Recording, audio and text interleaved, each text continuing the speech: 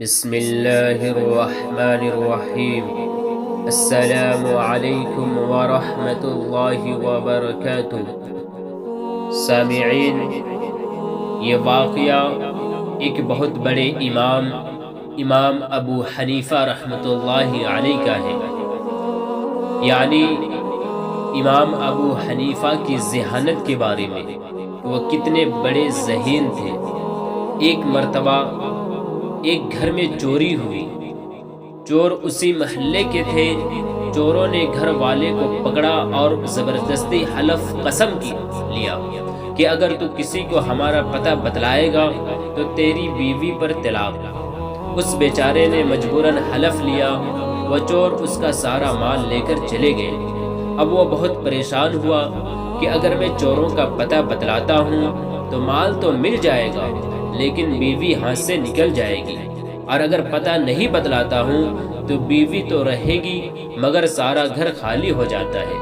تو مال اور بیوی کے درمیان تقابل پڑ گیا، یا تو مال رکھے یا بیوی رکھے، اور کسی سے کہہ بھی نہیں سکتا تھا کیونکہ وہ عہد کر چکا تھا۔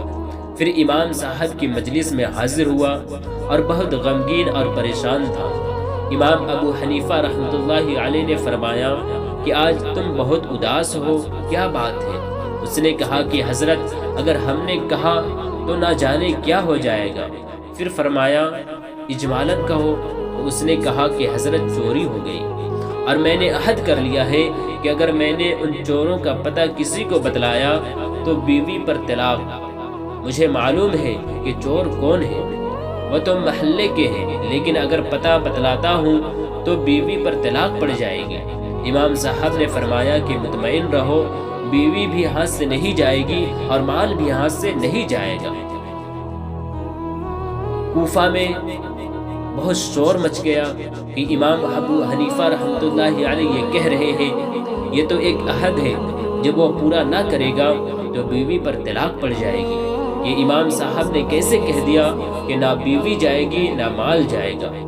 علماء اور فقہا پریشان ہو گئے۔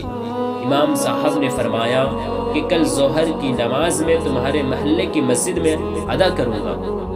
چنانچہ امام صاحب تشریف لے گئے، وہاں نماز پڑھی اور اس کے بعد اعلان کر دیا کہ مسجد کے سارے دروازے بند کر دیے جائیں، کوئی باہر نہ جائے۔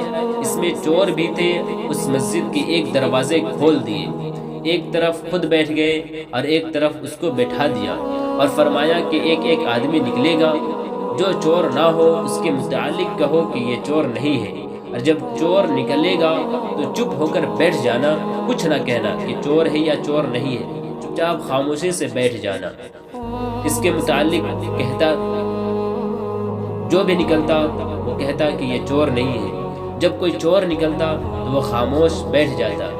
دیکھیے کتنی بڑی ذہانت کی بات ہے کہ امام ابو حنیفہ نے یہ تدبیر اختیار کیا، جس سے چور بھی پکڑا گیا اور بیوی کو طلاق بھی نہیں پڑی اور مال بھی کہیں نہیں گیا۔